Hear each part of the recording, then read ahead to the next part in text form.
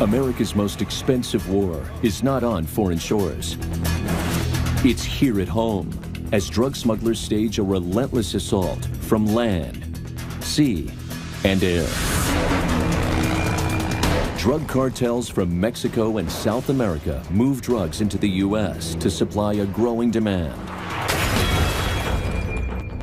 According to a recent national survey, about 22.6 million Americans aged 12 and older are current illegal drug users.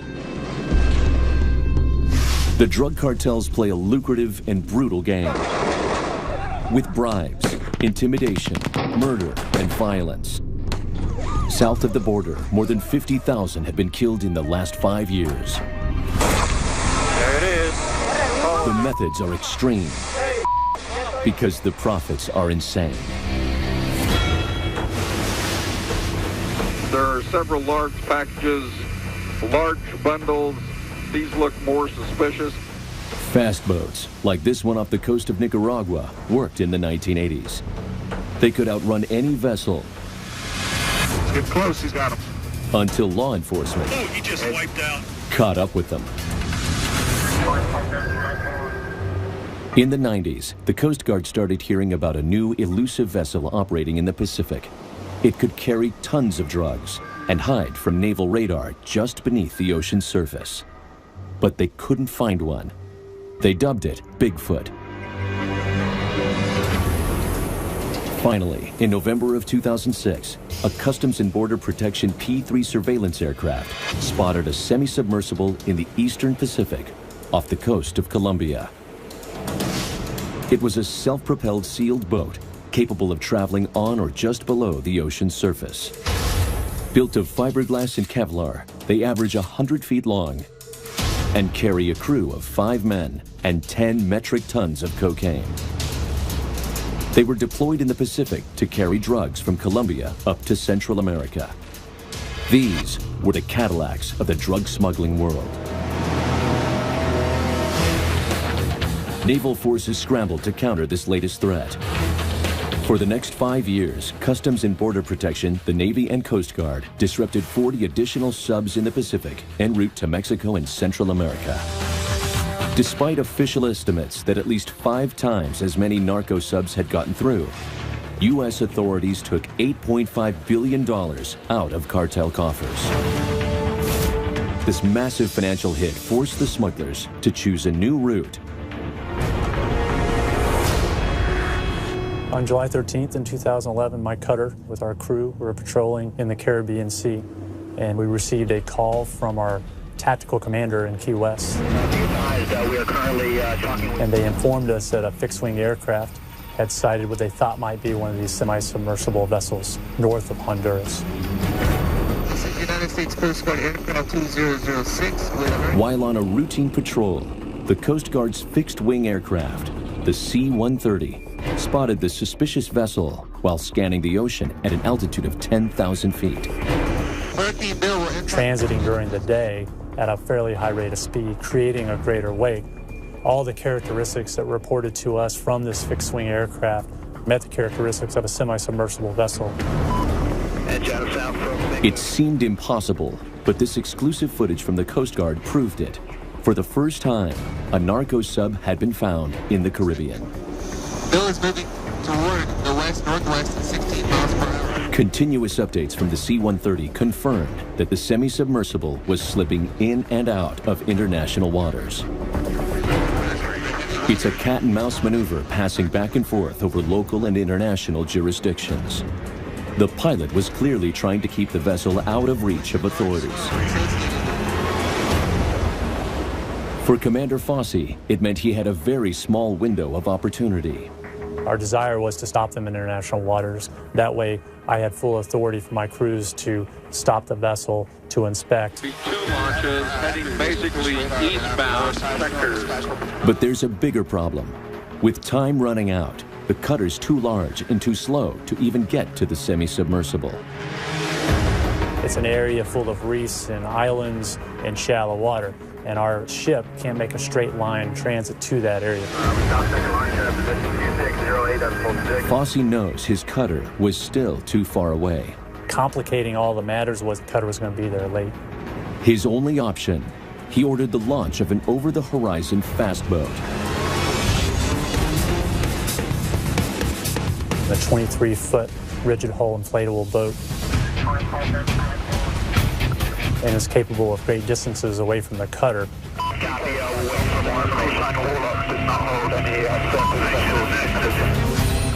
The OTH crew was also armed with M16 assault rifles to counter any threat from the semi-sub. Break, ocean.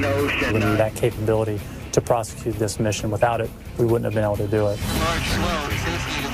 The C-130 fed information to the cutter and fast boat to coordinate a specific interception point when the semi-submersible would hit international waters, a very narrow window of opportunity. We have a Judy on the track. As we heard that they were about 30 minutes from the point, and we had confirmation that the semi-submersible vessel was leaving Honduran waters around an island. We knew that at that point we could launch our helicopter. Oh yeah, I see what you're looking at. Our cutter boat and the helicopter intercepted the semi-submersible vessel at the exact same time. Yes, sir. Just so you know, we have eyes on your boys as they complete the intercept. It's a volatile situation and must be approached with caution. Semi-sub crews are known to carry automatic weapons.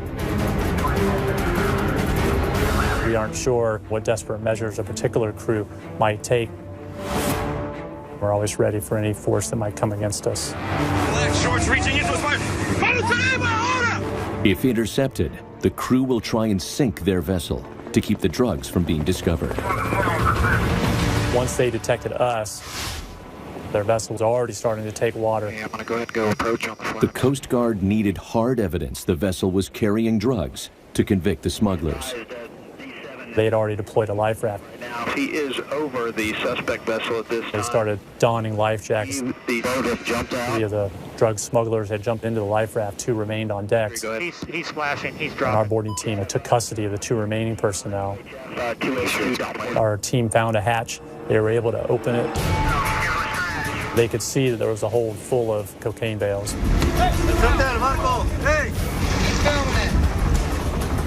The vessel was seconds from going down.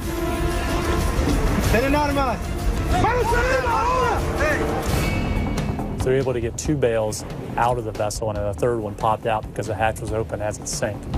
They got the evidence they needed. I got the extraction. The narco subcrew hopes the vessel and its contraband will disappear into the depths of the sea, but didn't know they're actually in much shallower water.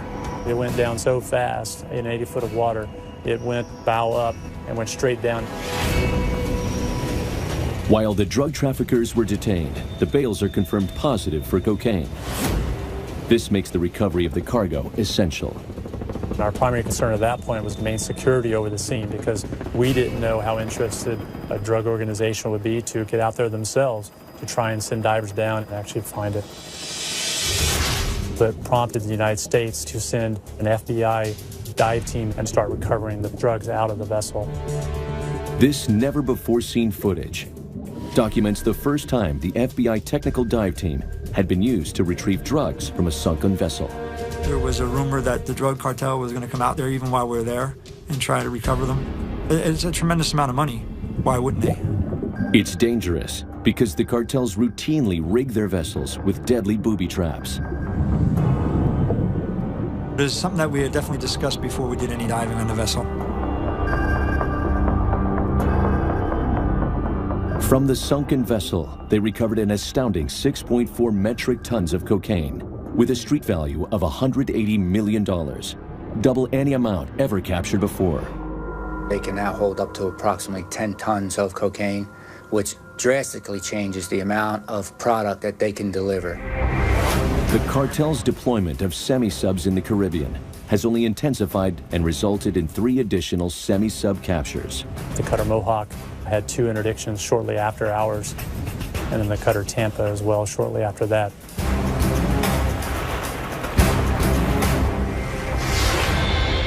It's estimated that now up to 100 of these semi-submersibles are built each year. But this semi-submersible surge in the Caribbean could not be accomplished without the human factor. Laborers, engineers, metallurgists, and mariners are all required. But once inside this dark underworld, they soon discover there's no way out. Their personal lives are at stake. Their families' lives are at stake. If the crew ultimately does not get their drugs to their destination, they're held responsible. They will either be killed or their family members will be killed. When extreme smuggling continues, a narco sub-captain gives up the raw details of life inside a semi-submersible. And later, He's got a mask on. He's got a mask on. cartels take to the air, and you won't believe how they unload planes full of cocaine. There go the drugs. Holy cow, a bunch of ants.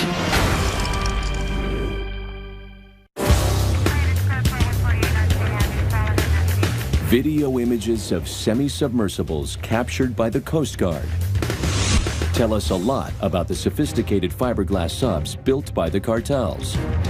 Shorts reaching into his fire. But we've learned very little about the working conditions or experience of the narco sub crew members. In an exclusive interview from Bogota, one sub-captain, his face darkened to avoid reprisals from the cartels, tells his story. I was the captain of a factory boat. We fished for tuna. I spent 45 years sailing, and I was known for my experience. But after decades at sea and a solid reputation, he found himself targeted by the cartels. They investigated my entire life, where I lived and my family, before they contacted me. For 6 months, they made offers. They insisted, but I did not want to participate in transporting drugs. Gustavo resisted the cartel's offers until he needed money to pay for his wife's medical bills. Finally, I accepted. It was the worst decision I've ever made. Within a month, cartel operatives blindfolded the captain and transported him to Buenaventura, Colombia, where the semi-submersible waited with his 4-member crew in a vessel identical to this one.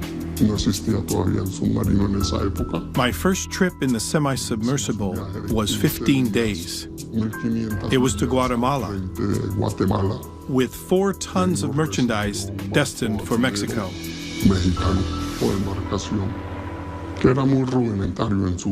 Navigation was very simple at first. Just GPS and a satellite phone.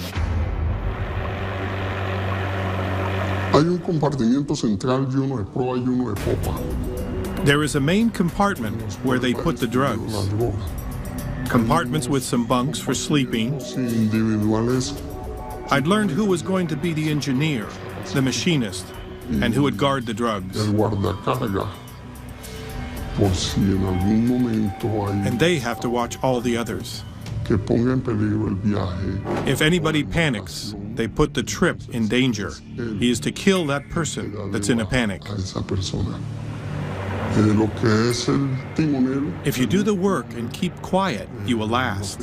If you do the work and talk a lot, you will lose your life.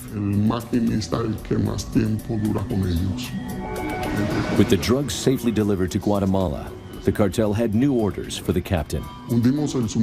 We sunk our submersible and we returned to Colombia by plane.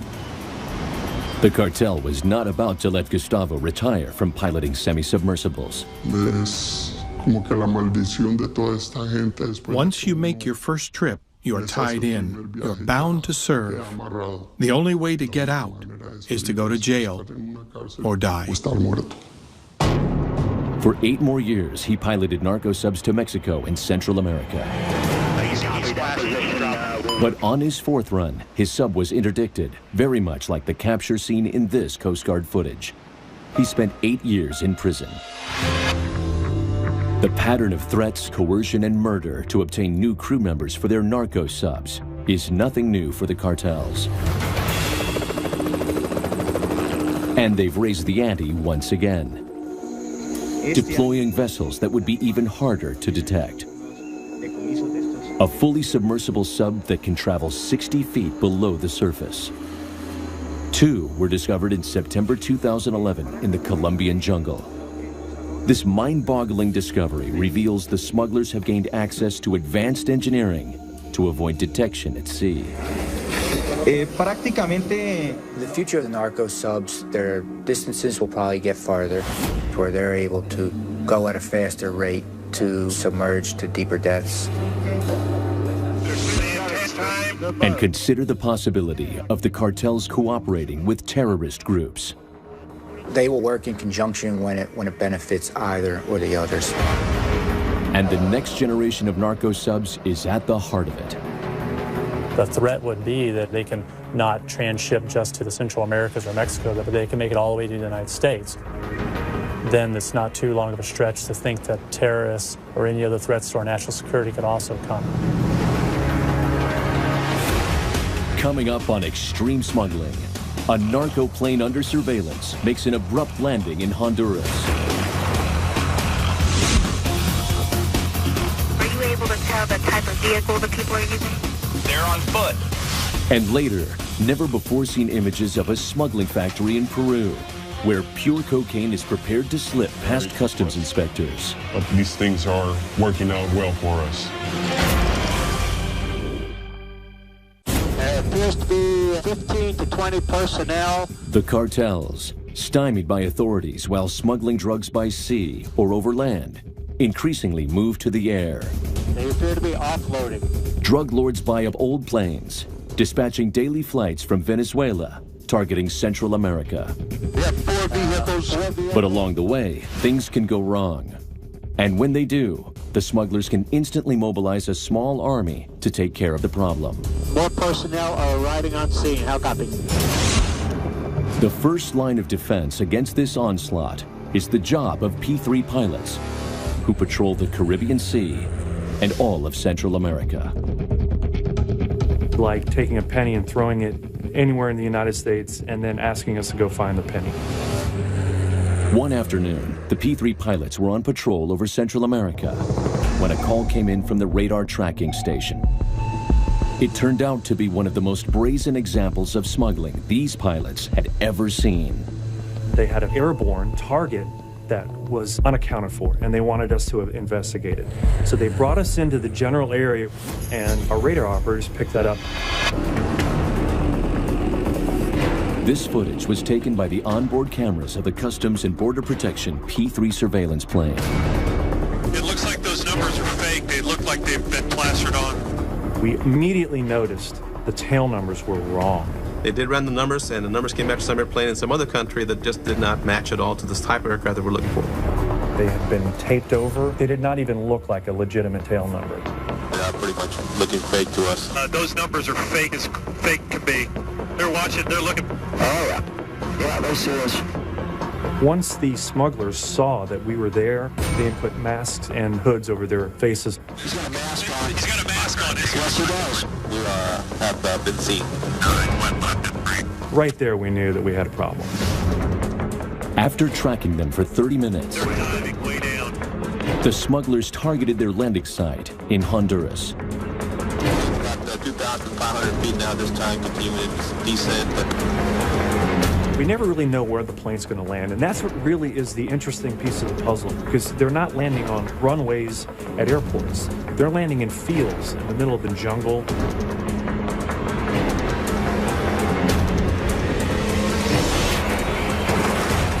So once they landed, the left main mount got stuck in the mud and the aircraft spun. Oh, he just wiped out. Get us Dirt out. trip. With the narco plane mired in the muddy field, He's landed. cameras recorded the unfolding scene. What's the position? The Honduran police were informed about the smuggler's plane. They immediately dispatched law enforcement to the area. But the smugglers were not going to wait for the police to arrive. I have a lot of people on the ground are running to the aircraft this time. Suddenly, out of nowhere, a large group of people descend on the aircraft. There's drugs in the engine this aft. They immediately started unloading the narcotics.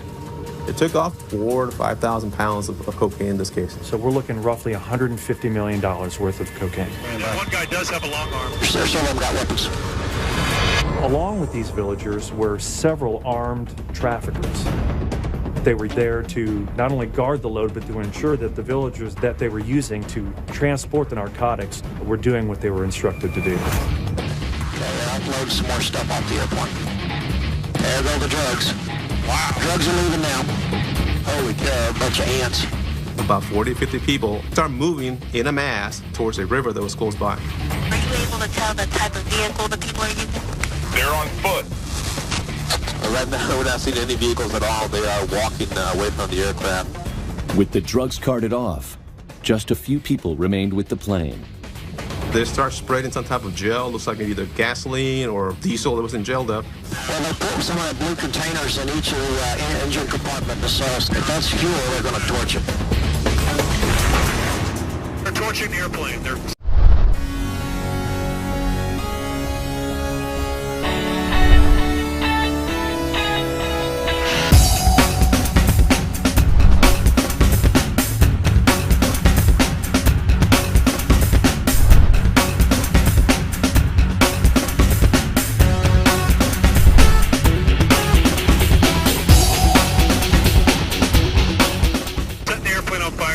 the drugs on the Pangas. Okay, I got the Once he landed, the smugglers on the ground had that aircraft cleared and set on fire inside of 10 minutes. There's a little footpath. They're going down.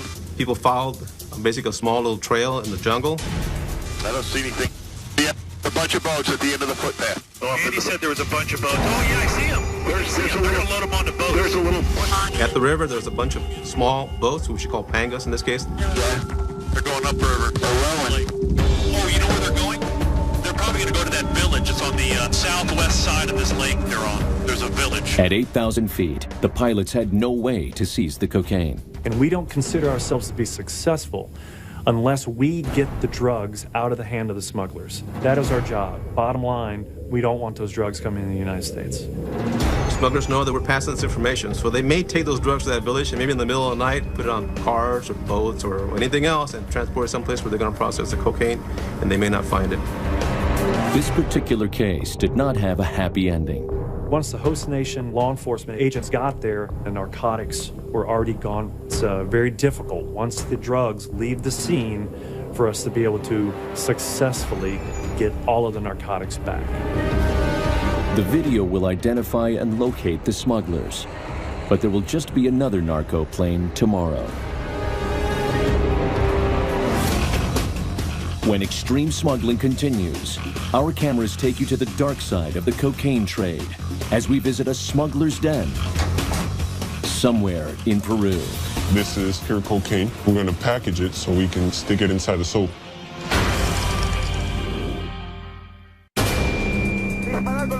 For years, drug cartels relied on narco subs and drug-laden planes to smuggle huge amounts of drugs in fewer shipments. To avoid the risk of losing such large loads, they're now employing the opposite strategy, shipping small amounts of drugs in thousands of shipments. In the sprawl of Lima, Peru, small outfits deal in ounces, but do so with secret methods and rigid controls, even using a new kind of courier. Getting an inside view of their techniques is both extremely rare and dangerous. In exclusive footage, our crew is blindfolded and driven to a drug factory. It's a very heavily guarded complex. Though this building consists of 15 rooms, we are only allowed to film in one of them. This Peruvian family makes over $1 million a year with a minor cocaine distribution network. They start with packages of cocaine that's 95% pure, obtained from a local drug cartel. Our masked host, we'll call Miguel, learned English during several lengthy visits to the U.S. What we have here are bricks of 1 kilo of cocaine. We transport these to the city by trucks. We hide them in gas compartments. I normally get these in the jungle for about $1,000 to $1,200 a piece, worth about $50,000 in the U.S. This is pure cocaine and something that you would not normally see in the U.S. It's a lot more potent than what they're used to getting out there. To get their product to market, smugglers have devised some imaginative methods. The first involves a bar of soap. This is a bar of soap that's pretty common. It's brand new, it's sealed. Inside of this soap, we can fit 2 ounces of pure cocaine. We start off cutting this very carefully in the middle with the nylon string from end to end, 2 sides. And what we do is we carve out the gut of the soap very carefully. It makes a bed. The person who carries the soap, they probably can make about $1,000 just to take the soap back, one soap. It is a little hard to find people to smuggle these type of things, so we would have to plant it on friends or family members so they don't really suspect that they're taking anything back without their knowledge. With the soap cavity ready, 2 ounces of cocaine are scooped into a condom and formed into a small package. So we try to mold it right into there. So now using flakes scraped from the interior of the soap bar, a putty is made to glue the halves back together. After a bit of sculpting and drying, the bar can be made to look brand new or well used. Either method works. The small shipments are becoming more common. They're not looking for small quantities. If you do this, say, twice a week, you could probably make $10,000 to $15,000 on a very small scale. Miguel's latest scheme is one that international border agents have yet to discover. He transforms the cocaine into a brown liquid and puts it into vinegar bottles. What we have is a small content of cocaine in there. It's a liquid form. There's a process to make this liquid. It requires certain type of chemicals. We've been using it for about a year now, very successfully. The color of the vinegar, natural Peruvian vinegar, is very similar to the contents that we have here. And when it gets back to its destination, we transform this liquid into a solid form.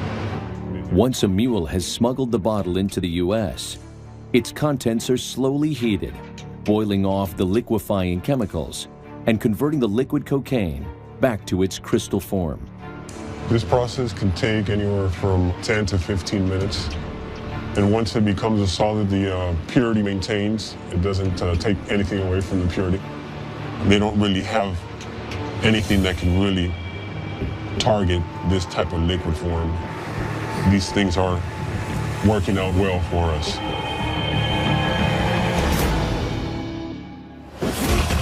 When extreme smuggling continues, while our crew films an interview with a Customs and Border Protection officer, a smuggler is discovered just a few feet away. Yeah, we got an arrest going on right now. A smuggler's vehicle gets tapped, sniffed, and cracked open.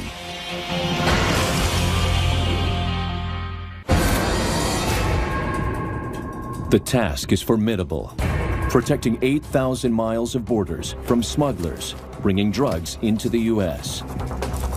They're relentless. They'll do what it takes. They'll find a way. If it's not through tunnels, it's going to be in a boat. But if it's not in a boat, it's going to be in an airplane. If it's not an airplane, it'll be in a compartment in a vehicle. They're going to do everything they can to move drugs in the United States and make them profit. That's a recent seizure. To counter this threat from land, sea, or air, the Drug Enforcement Administration set up the El Paso Intelligence Center, known as EPIC. Every day, we are hearing about new methods of drug smuggling. This bulletin here, this is the roofing paper where they found 2 incidents, one in Minneapolis and the other one in El Paso, Texas. Sometimes we'll see the same method demonstrated in multiple parts of the United States. The roofing paper had marijuana in it, glued in place with tar, and then rolled it back up. We need to put it out. Then we have to ensure that we can get that information clearly documented and kick it out to state and local and federal law enforcement throughout the United States. Country, so it's nationwide. EPIC brings together analysts from 25 government agencies to look at the big picture of drug smuggling. Just 20 miles away, on the Mexican border, is where EPIC's strategy is put into practice. At the famed Bridge of the Americas U.S.-Mexico border crossing in El Paso, Texas, field officers from Customs and Border Protection confront the enemy face to face as they filter through 75,000 vehicles a day, constantly in search of smuggling operations. One of the extreme techniques is called shotgunning, sending several loads across at once in various vehicles, taxing Customs and Border Protection resources. One could have 5 pounds of marijuana. Right behind it could be 1,000 pounds. If they can put 6, 7 load vehicles out there and we're not prepared to handle that many, they think that most of the loads will get through. Sometimes we run our dogs, not knowing that there's possibly 10 loads on the bridge. It depends on how much people. Yeah, we got an arrest going on right now at this time. A U.S.-bound driver has been stopped and detained. We might have a possible load. If you guys want to help me out, do an inspection. The second step in the inspection process utilizes the CBP officer's best friend, a long brass hammer. A solid thump can indicate that a normally hollow space is filled with contraband. It does sound solid, so they're going to go ahead and run the dog on this vehicle. If we do get a positive alert, then we're going to go ahead and scope it to see if we can see the narcotics. The canine detector sits. The response is positive. High technology now comes into play. A tiny optical fiber camera is inserted into the gas tank. Basically, it's like a small video. It's called the fiber scope. With this tiny camera, officers learn that the tank holds something more than gasoline. Yeah, baby. There it is. We do have a positive for narcotics, but I just saw bundles wrapped in plastic. We still don't know what it is at this time. We're going to go ahead and take the vehicle to Area 51. We'll go ahead and call dismantlers. They're going to go ahead and dismantle the gas tank. The CBP border setup includes a complete garage for dismantling vehicles.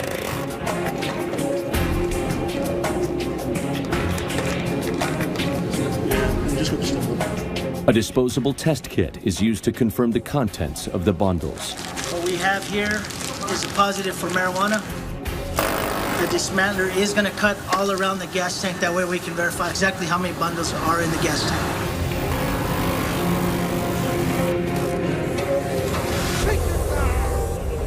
Today was a good day. Fuel tank came out to 40 pounds of marijuana, a street value of over $32,000 that we kept away from our streets. This trafficker knew the risks of what he was doing. But the most frightening development of recent years is the growing number of drug dealers planting narcotics on innocent, unaware victims. They are known as blind mules. One such victim was web designer Ivan Diaz. I was living in Ciudad Juarez at the time, and I used to cross the bridge almost every day. On the morning of January 12, 2011, Ivan is in an express lane for trusted travelers, heading into the U.S. from the Mexican city of Juarez, when his vehicle is routinely inspected. Like every morning, they ask, what are you bringing? And I said, oh, nothing. And then he said, could you please open up your trunk? And I said, sure. Moments turn into minutes as the CBP officer inspects the trunk. He asked, well, what are you having in the bags? And I was like, what bags? Then Ivan heard the words no one wants to hear at a border crossing. And then he said, can you please step out of the car? Ivan was immediately handcuffed and backed towards the interrogation center. As he passed the trunk, I got a glimpse of something black in the back of the car. And immediately my reaction was, that's not mine. And at that point, I was like, what's going on? Coming up on Extreme Smuggling, Ivan was caught red-handed. With 100 pounds of narcotics in his truck and no alibi or explanation, Ivan faces 10 to 20 years in federal prison. Some of them got weapons. When using their own agents to transport drugs in boats, ships, and planes fails to get the job done, cartels recently resorted to a new insidious courier system, turning unwitting citizens like Ivan Diaz into drug mules. Busted at the border for smuggling 100 pounds of marijuana, Ivan faces 10 to 20 years in prison. 98% of the time, if they find drugs in your car, you're probably going to be locked up. Both the government and your defense are going to have to do an investigation. We would like to think that you're innocent until proven guilty, but that's really not the case all the time. Several weeks later, while Ivan awaited trial, there was another arrest in Juarez, Mexico. This time, it is school teacher and mother of 3, Ana Martinez. I was stopped at a checkpoint by the military on the Mexican side. They told me to open the trunk of my car. Inside, they found 2 duffel bags, seemingly identical to Ivan's. I couldn't believe what I was looking at because I knew I didn't have anything in my trunk. He opened them and they found some bundles wrapped in duct tape. It was more than 100 pounds of marijuana. And I continued just denying those are not mine. I don't know who put them there. The Mexican authorities questioned Ana for 8 hours. She stuck to her story, but the pressure mounted. They wanted me to say that I was guilty, that it was better for me to say that I had put them there, but I just kept on saying that I was innocent, that I didn't know those were in the trunk of my car. It was a nightmare. I couldn't believe that was happening to me. Like Ivan, Ana was threatened with a long jail sentence in a Mexican prison for trafficking drugs. This is very emotional for me because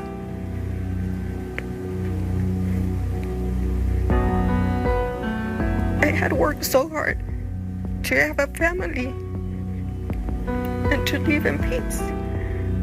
And it was actually the time when they told me that I could spend there from 15 to 20 years. When I felt like I couldn't continue. I wanted to die. The cases of Ivan and Ana moved slowly through the courts. Ivan was offered a misdemeanor with a time served, meaning that he didn't have to go to jail, he didn't have to do anything. He just had to plead guilty and move on with his life. But Ivan stuck with it. He knew he was innocent, and he trusted us as the trial team. But Ivan's attorney had one big unanswered question. I wanted to know a little bit more how the duffel bags ended up in Ivan's vehicle. A break in the Ivan case came with yet another arrest. My trial partner informed me that somebody had been arrested on the same day as Ivan. That raised more suspicions as to whether or not Ivan was telling the truth. This new case had a number of very eerie similarities to the cases of Ivan and Ana. And Acosta discovered a brand new scheme that had been undetected until now and proves the extremes drug cartels will go to. Everybody who's involved are people who are living in Juarez and commuting. The duffel bags that are black, the same size, they have metal ties or plastic ties to avoid anybody from opening that. The way that the marijuana is packaged is exactly the same. People who were targeted were people who were professionals, who had employment and the same typical routine day in and day out. Fitting all the puzzle pieces together, this new smuggling scheme was revealed. Mexican cartels were attaching GPS systems to their intended victims' cars, tracking their movements, and revealing when and where drugs could be dropped off and retrieved. But how did the smugglers get the drugs into a locked car? We found out that the drug smugglers were making extra keys, going to a locksmith in El Paso, and giving a VIN number of the cars that were involved.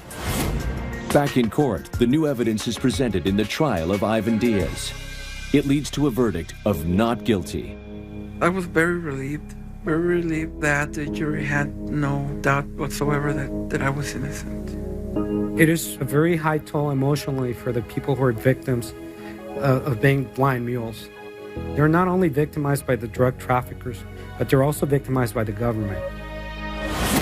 As for Ana's trial, the man responsible for putting the drugs in her car was arrested. And he actually confessed that he had been the one that had put the bags in my trunk and the trunks of many other people that, just like me, crossed daily. After 2 months in prison, her case was thrown out.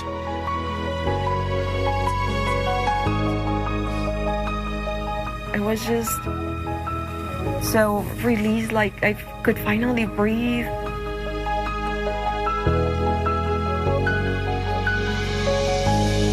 Those people obviously became blind mules.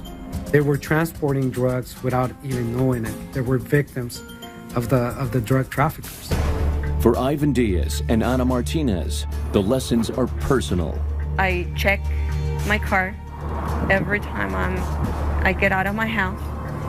Everybody has to be very, very cautious when they cross their vehicles across the bridge. For the smugglers, it's a business. The profits are great, and it makes me live better. And for the men and women on the front line of the drug war, it's a never-ending battle of wits and technology. We are always playing a game of catch-up with the smugglers. They have the advantage of knowing what they're doing. We have to anticipate what they're doing, which is a much tougher game to play than they do. Smugglers, it is a business for them. The bottom line is that they are just in the business of making money out of crossing those drugs. The victims don't matter to them. It doesn't matter if somebody's going to go to jail for something that they didn't know. It doesn't matter who gets hurt.